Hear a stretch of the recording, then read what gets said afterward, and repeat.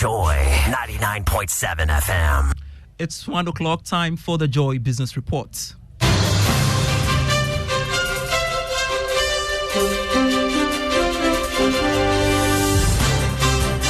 Coming up in this edition, International Monetary Fund Board likely to meet on January 18 after bilateral creditors complete work on terms for restructuring Ghana's debts. Also in this bulletin, players in the hospitality industry demand special incentives against harsh business conditions to avert erosion of gains made during the festive season. Plus, Internal Audit Agency calls for strict enforcement of good corporate governance and public sector to check conflict of interest and corruption. We have details of these and many more for you. Please stay.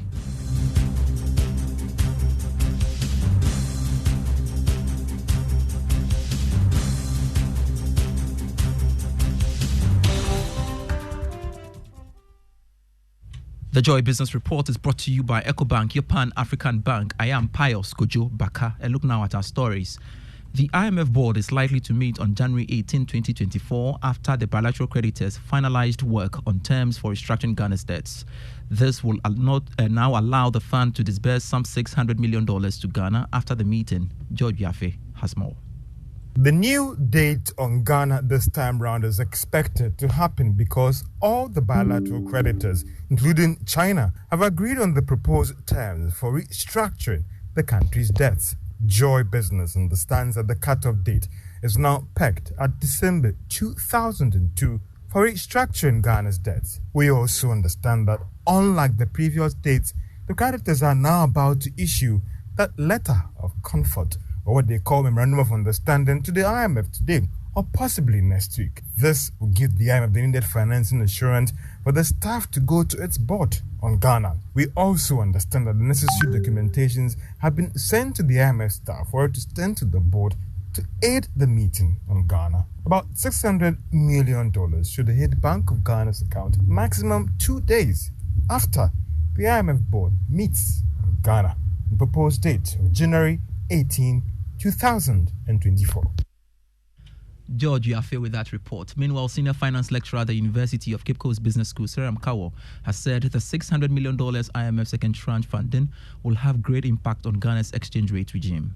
We're going to have a lot of good things coming out in terms of our exchange rate. We're going to shore up our budget support, so our foreign reserves will have to increase. And in a way, we're going to tame the kind of inflation that is imported into the country, and government will be able to shore up their domestic projects that they want to undertake by lack of money. This money will come in to help all of us so that the escalation in terms of the prices, in terms of the exchange rate and all those things are going to reduce. Senior finance lecturer at the University of Cape Coast Business School, Seram Kawo, speaking there. More on the economy, and economist Dr. Patrick Isumeng is calling on government to adopt a long-term approach to growing the economy. His comments follow a prediction by the World Bank that Ghana's economy will grow by 2.8% by the end of 2024. Speaking earlier on the marketplace on the Joy News channel, Dr. Isumeng said government should not only focus on marginal gains but grow the real sector as well. The government needs to take a step back and take a longer-term approach to growing the economy. I think we really shouldn't be focusing on marginal gains from some policy measures. We have to have a longer-term strategy for transforming the economy. I think it's good that Agric is doing well, but there's a lot more that could be done. And then also strengthening the linkages of the real sector, especially with the mining sector, the small-scale mining, and the oil sector. I think there are a lot of things government can do to leverage growth in the agri sector, but also the recent boom in the mining. I think at the moment, the mineral economy still sits as an enclave. We are not doing enough processing of some of the minerals. We are not doing enough value addition within the country. So if we do all of that, we begin to see some more robust growth. Dr. Patrick Isumeng is an economist. Now, Despite the gains made by the hospitality industry in recent times, players in the sector are warning that the benefits could be eroded if government continues to introduce more taxes. Stakeholders in the sector have complained about high utility tariffs and taxes, which they say is contributing to high cost of doing business in the country. Speaking to Joy Business, President of the Ghana Hotels Association, Dr. Ofori-Atta Jr. said there is the need to protect players in the hospitality industry from the current harsh business conditions. It is the business environment which brought in the negative, which my colleagues have spoken about. So what I'm saying is that if we are able to deal with the business environment in terms of the cost of living, the inflation, and then the exchange rate and some of the taxes which my colleagues spoke about, then we'll have, because you see, we are getting the occupancies, no doubt. We are getting it from the improved visits that we are getting. But when it comes to the cost of operation, when it comes to utilities, when it comes to the exchange rate, then you put the figures together and you see that the profit margin.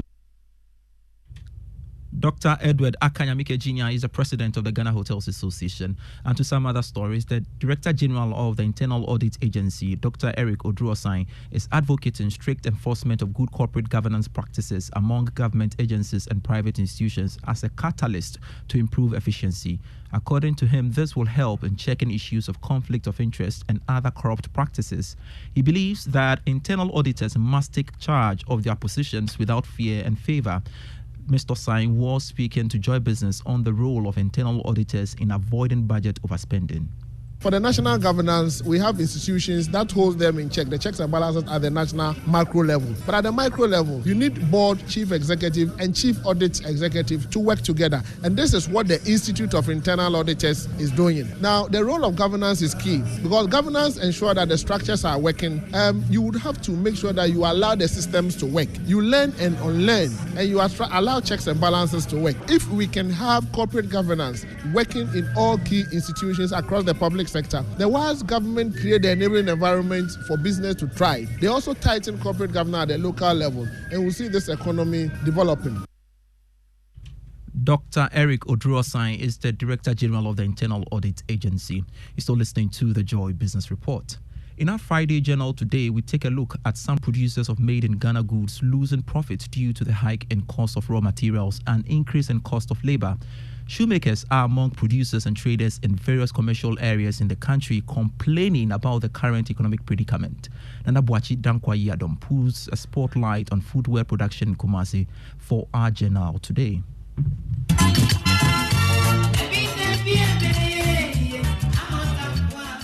Alaji is a hard-working shoemaker who has been doing this for about 8 years now. According to him, 2,000 cedis, which used to be a starting capital some time ago, is now something very less to begin with. He says customers have also reduced the number of shoes they could purchase.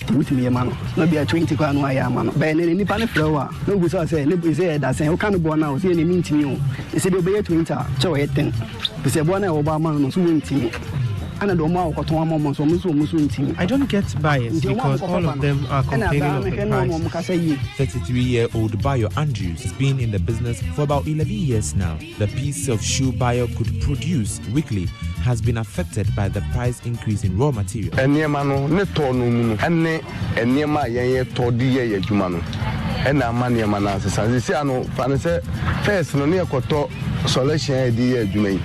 Na first year ton 130 1.3 is 130 cedis. But within this year shoot it to 2.5. We used to buy these materials at 130 cedis. Currently, we are buying them at 250 cedis. Now what did you have for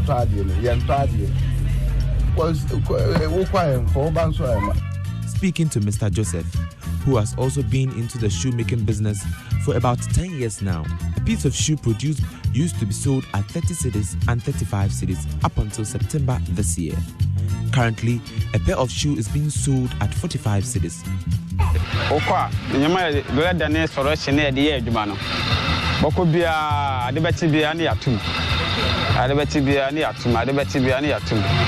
I had to sack my apprentices because I could not bear the cost of production anymore.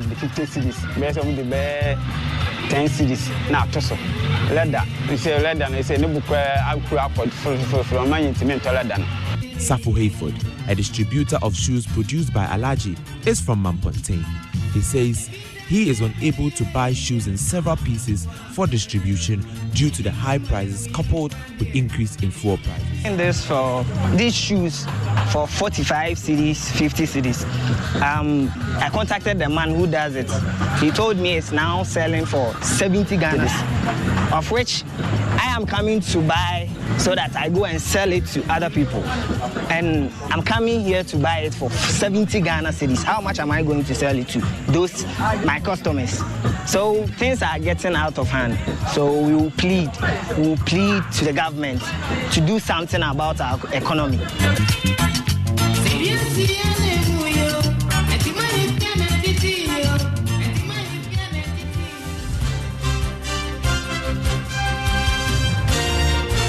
Nabwachi Dankwa Adams report on today's Friday Journal. All right, so that's it for the Joy Business Report. Before we go, the EcoBank salary account is a special account designed for workers of all income brackets desirous of receiving their salaries through EcoBank. With the EcoBank salary account, you are guaranteed all the benefits of a normal savings or current account plus many more. EcoBank salary account gives workers free life insurance cover of up to 10,000 cedis, 24/7 access to cash and e-banking services, internet and mobile banking services, high interest on savings, no minimum balance, ability to save through the EcoBank Save as you spend, a unique feature that helps customers to save and invest. Remember, the insurance policy covers death, permanent or temporary disability, critical illness, hospitalization, retrenchment, and more. Savings or current account holders at EcoBank do not have to close their existing accounts to enjoy the numerous benefits of the EcoBank salary account. Just ask your brand to switch your existing account to the EcoBank salary account. Non-EcoBank account holders should approach any EcoBank branch and ask for the EcoBank salary account. Switch your salary account today and enjoy amazing benefits at EcoBank. Call EcoBank toll free on 0800 003 225 wherever for further details. EcoBank, the Pan-African Bank. I am Pius Kojo Baka. Thanks so much for your company and do have a lovely weekend. Game Plan is next.